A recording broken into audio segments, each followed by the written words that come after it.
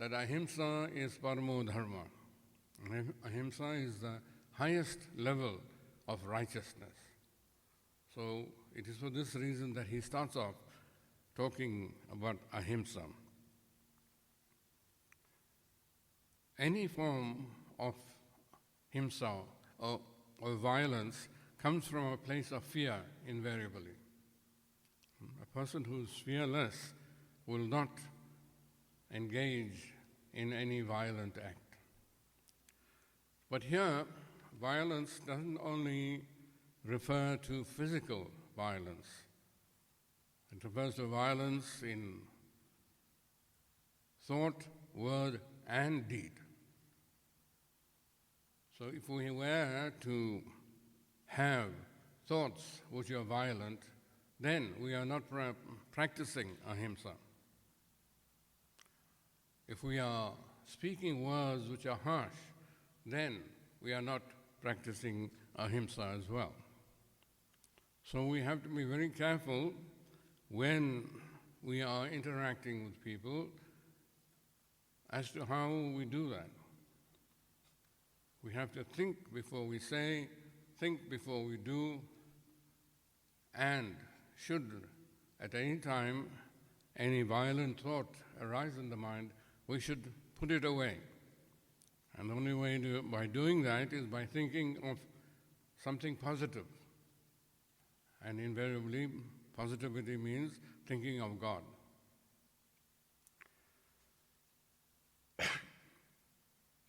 So, one modern yogi says that bloodthirsty tyrants may be vegetarians, but violence is a state of mind, not of diet. It resides in a man's mind and not in the instrument he holds in his hand. One can use a knife to pare fruit or to stab the enemy. The fault is not in the instrument, but in the user. So it follows that it is not necessary that in order to be non-violent you have to be vegetarian. But we will come to that matter again soon. But at the same time, it says that even though a person might be a vegetarian, he could still be violent. And we know that that is the case. So one has to be kind, one has to be loving, one has to be thoughtful in one's interaction with others. Kindness does not mean that others should abuse you, on the other hand. You should use proper discrimination and see if your interaction requires you to be forceful or peaceful. Now, how do we practice ahimsa in our daily lives? Firstly, we cultivate positive thoughts. The more positively we think, the more positive people gravitate to us. Constantly examine oneself. One should constantly examine oneself to find out whether these thoughts, these ideas, these actions are violent or not. And of course, there is the universal saying that one should do unto others as one would like done to oneself. So with that in mind then, one should refrain from anything that will cause discomfort or sadness to anyone. One has to practice gentleness, compassion, understanding, patience, and love. Always wish well for others. You know, very often when our neighbor, for example, gets a new car, instead of wishing him well and actually feeling good for him, we do not do that. We might become envious of him, and that is a sense of violence. Or we might very grudgingly say to him, "Oh, very nice car." We have to be so sincere in what we do. Also, criticism of others is not a healthy state. Stop finding fault with others. Mother has said that. In order to have peace of mind, one has to stop finding fault with others. Also practice meditation. And you can only practice meditation if you are constantly thinking about God.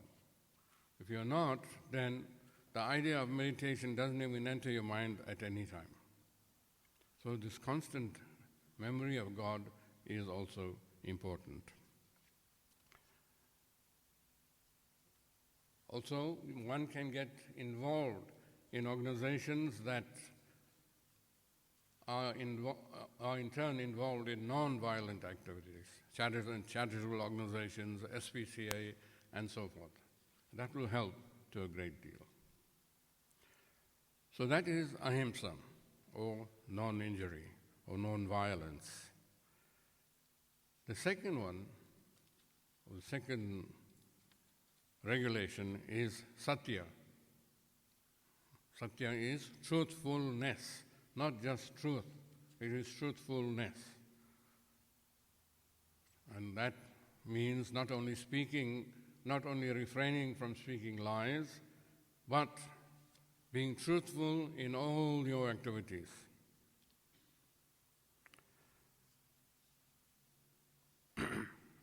Besides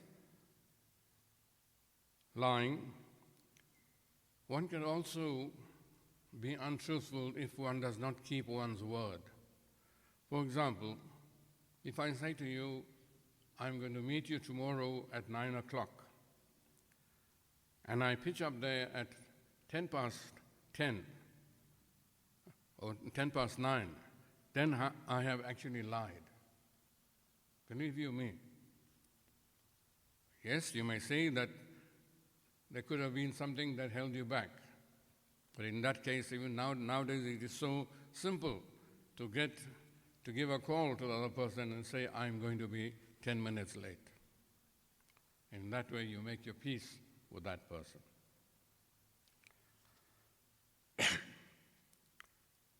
And also, when we speak the truth, we must be able to speak it in the right context.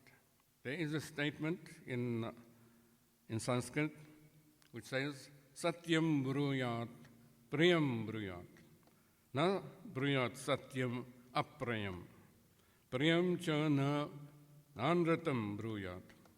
Esha dharma sanatana. Satyam bruyat, priyam bruyat. Speak the truth, speak lovingly. Na bruyat satyam aprayam. Do not speak the truth unlovingly. In other words, harshly. If somebody is going to die, you don't say to him, you're going to die anyhow, so don't worry about this. Priyam cha na anritam bruyat. So also do not speak the untruth lovingly. And how often we do that? People ask us, how do I look? Oh, you look very nice. But inside, we are not thinking that person looks very nice. So that is what is meant here when we say, Prem cha na anritam bruyat. Esha dharma sanatana. This is the eternal religion. Now coming to truth, we find that in Sri Ramakrishna's life, he laid great store as far as truth is concerned. He would not at all tolerate any untruthfulness from his disciples. He himself never spoke an untruth. And he has said that if one can remain truthful for 3 years, he will attain self-knowledge. You don't have to do it for 10 years or 15 years or so forth, just 3 years. But it is very difficult, absolutely difficult, especially in this present age. But it takes a hero to check himself whenever he is on the point of speaking an untruth or engaging in an untruthful activity. So we see then this principle requires a lot of courage. And we have to, if we are really sincere, if we really think that we are sadhakas, that we are on a path of spiritual unfoldment, then this is a very important regulation that we should bring into our lives.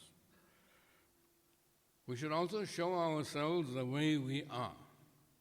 Very often we are one thing, but we put ourselves forward as something else. We are something here at the ashram, but something different at home. That shouldn't be. Whatever we are here, we should be there as well. That is truthfulness.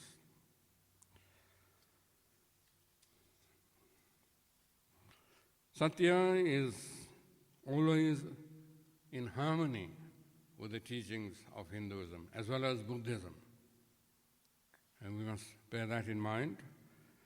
And by practicing Satya, we need to turn judgments into observations. Do not be judgmental.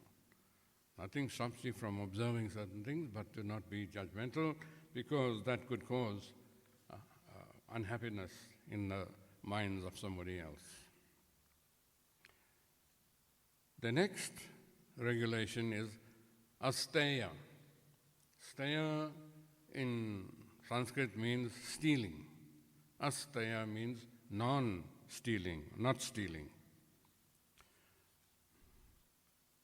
So, when we are trustworthy and do not want what others have, we are naturally given everything. Because people respond to us from a full heart, and want to give to us from their own sense of overwhelming gratitude. And if we are not stealing, we are not taking away that which does not belong to us, then chances are that nothing will be taken away from us as well.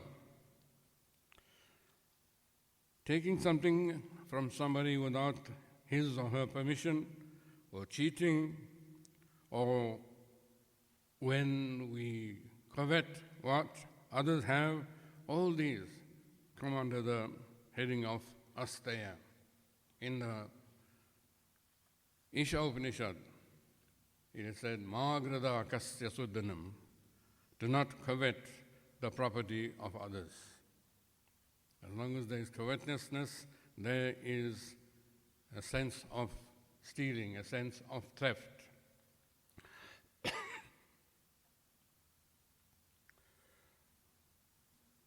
When we really understand this principle of asteya, then we begin to recognize the energy it comes with in our lives. It is very important. And we should be practicing this in our daily lives. And how do we do that? Firstly, we do not mislead others. I'm not giving it to you in a particular order, I'm just reading it off. We do not mislead others. We do not fill silence with our blabber. Very often you sit in the presence of somebody and that person is quiet and you go on, yak, yak, yak, yak, yak. And that is actually stealing his self-time. Then, we do not turn up late for any appointment or any arrangement, because in doing that, we are stealing the other person's time. Also, I discussed this previously. Keep to time. And in cases where there are congregations and meetings and so forth and so on, turning up late actually steals a few minutes from the lives of those people who are already there. We have to understand that. It is not that, I can just come in, as long as I'm there, everybody will be happy. It's not that. We also steal from future generations by doing those wrong things that we are doing now. Wasting water, for example. It is stated that by the year 2050, we are going to have a water crisis in South Africa alone. So we have to think about that. Think about other resources that are necessary for daily lives and how by misusing them we are actually taking away from future generations. Also, very often we find people excited about something has happened, and they come and say, this is what happened. And what do? We steal their thunder by filling in what has happened in our lives, what has happened to our children and so forth. That also is a form of stealing. So beware of that. And the next regulation is brahmacharya. Now, when you speak brahmacharya, immediately people think, oh my God, that means I have to be continent. That is not so. Brahmacharya actually means walking the path to the highest consciousness. Brahma is the highest consciousness. Acharya means moving towards. So moving towards God or to the highest consciousness. And the ancient sages, as you know, divided our lives into 4 stages: brahmacharya, grihastha, vanaprastha, and sannyasa. That is how it was. And in the first stage of brahmacharya, the young people were taught scripture, they were taught how to conduct themselves, and so forth. And when they went into the world, into the next stage, which is that of grihastha, they used the knowledge that they got in the brahmacharya stage, in that new stage. When they went into vanaprastha, they used what knowledge they got from the first stage again. And even in sannyasa, knowledge that has been obtained in the first stage is used. So, that is what brahmacharya is all about. It is not continence that leads to brahmacharya. It is brahmacharya that leads to continence.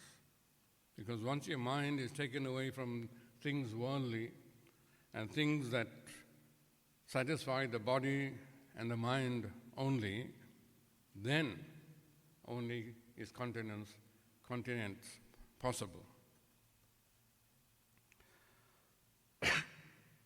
So, we do not let our senses prevent our spiritual progress to self-enlightenment. It is like a person energy conservation program. One has to conserve one's energy. And that can only be done by constantly thinking about God. Otherwise, energy is dissipated.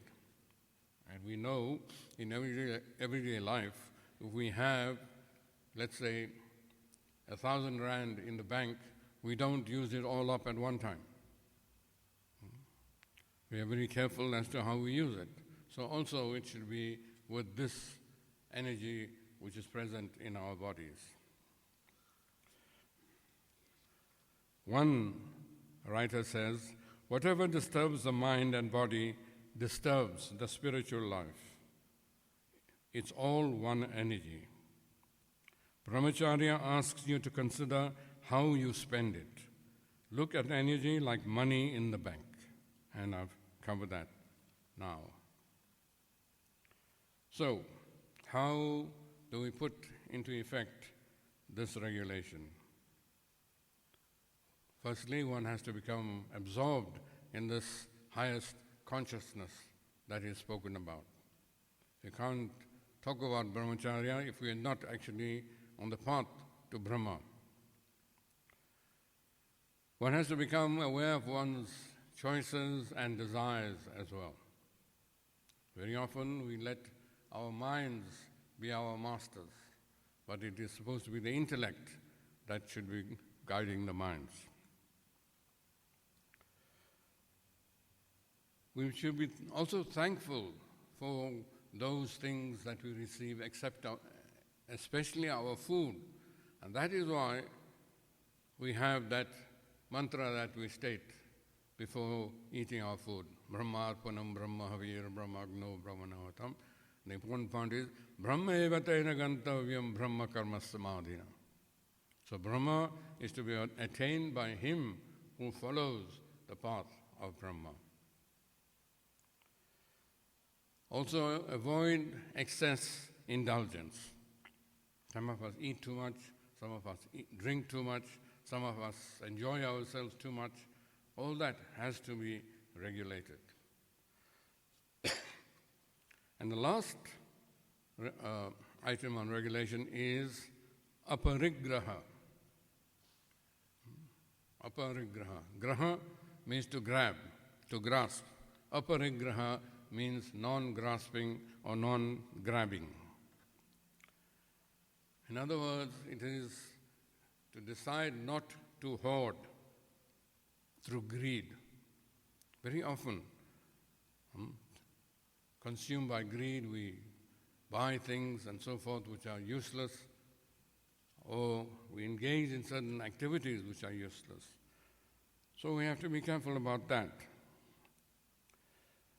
This aparigraha is almost a central teaching of the yoga in the Bhagavad Gita, because here we find Sri Krishna saying, "Let your concern be with the action alone, and never with the fruits of the action. Do not let the results, let the results of action be your motive, and do not be attached to inaction." So work for work's sake, not work so that you could be patted on the back and told how great a job you are doing. Do not work so that your pictures appear on social media or in other media. Work for work's sake.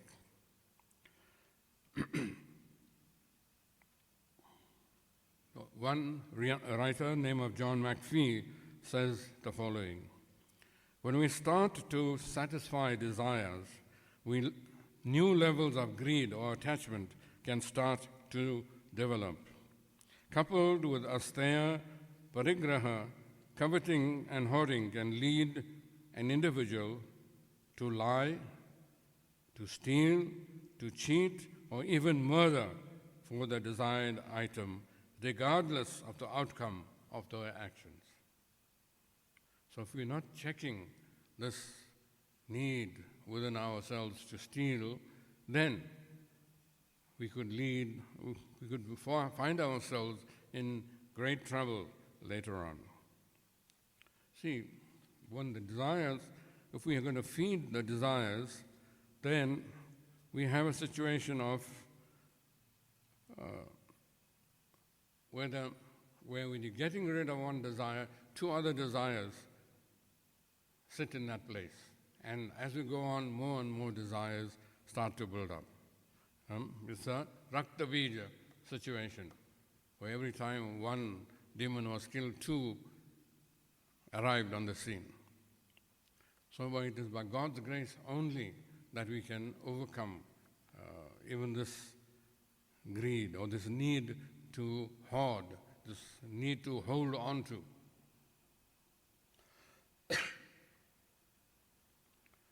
So how do we put into effect aparigraha in our daily lives?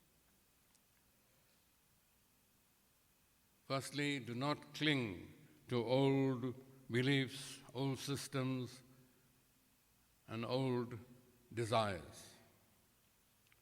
Eat moderately.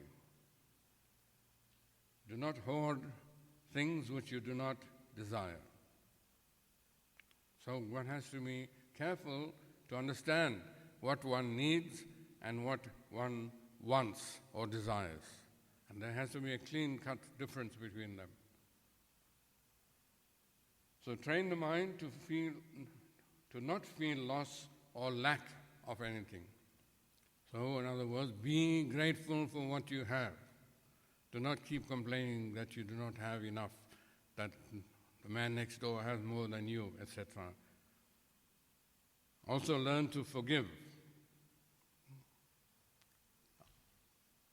And do not be a taker. One of the 10 precepts that Gurudev Swami Chandikanandaji gave to the children was, give freely but take from none. So give. Those in need require to be given. But if you have, there's no need for you to take. So also generosity comes in. Share what you have, your resources, your time, your energy, your ideas. This is very important. Many of us just keep to ourselves and do not share. And that is a state of parigraha, grabbing. And finally, focus your awareness on mundane activities such as washing dishes. Simple things. How many of us have started to inculcate this in our children? How many of us do that? We believe that they are children, so they should not be taught any skills. We have servants to do the washing of the dishes, and so forth and so on. And finally, these children grow up with no domestic skills. And they have children. And they, in turn, have no skills to impart to their children. And that is the situation we are in now. So, these are the regulations that Rishi Patanjali has given to us that we can use in our daily lives, in our workplace, as well as in our spiritual activities. Om Shri Ram Krishna Arpanamastu.